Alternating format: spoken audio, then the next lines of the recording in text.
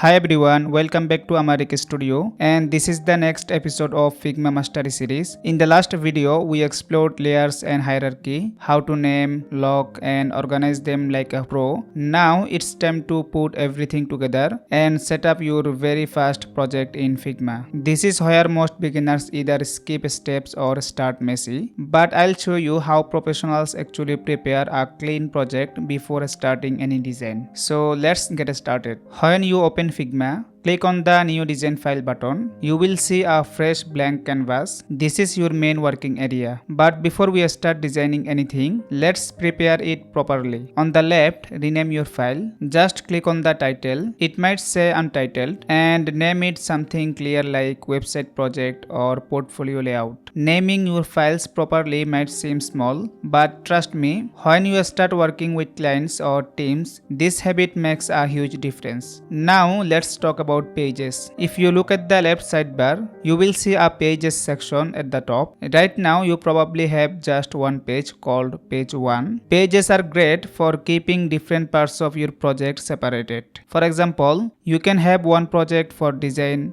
one for components, and another for prototypes or client's note. Click the plus icon to add a new page and double click to rename them. Let's rename page 1 to design and create another called components. This will give your project a clean structure from the start. Now on your main page, let's create a frame that matches your target screen size. Press F on your keyboard and look on the right sidebar. You will see preset options like desktop, tablet and mobile. Choose desktop 1440 pixels if you are designing a website or iPhone 14 if you are designing a mobile app. This frame acts as your canvas within the canvas. It defines your layout area and helps you design within proper dimensions. You can rename it to something like homepage or main layout. Let's now set up your grid system and guides so your design stays consistent. With your frame selected, look at the right panel and find the layout grid option. Click the plus icon. You will get a basic square grid. Click the little grid icon to switch to columns.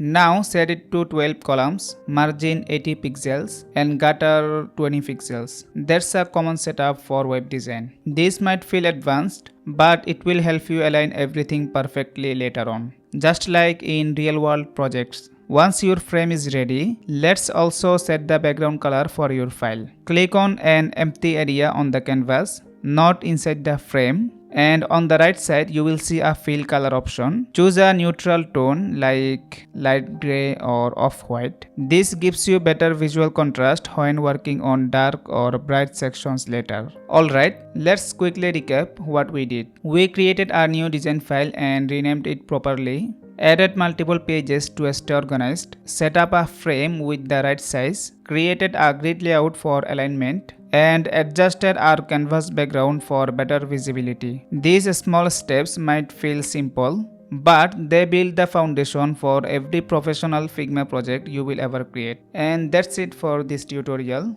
In the next episode, we will dive into one of the most powerful tools in Figma, Auto Layout. You will learn how to make your design responsive, clean, and fully adaptable with just a few clicks. If this video helped you, make sure to like, subscribe, and follow the Figma Mastery playlist. We are getting closer to designing like a real professionals.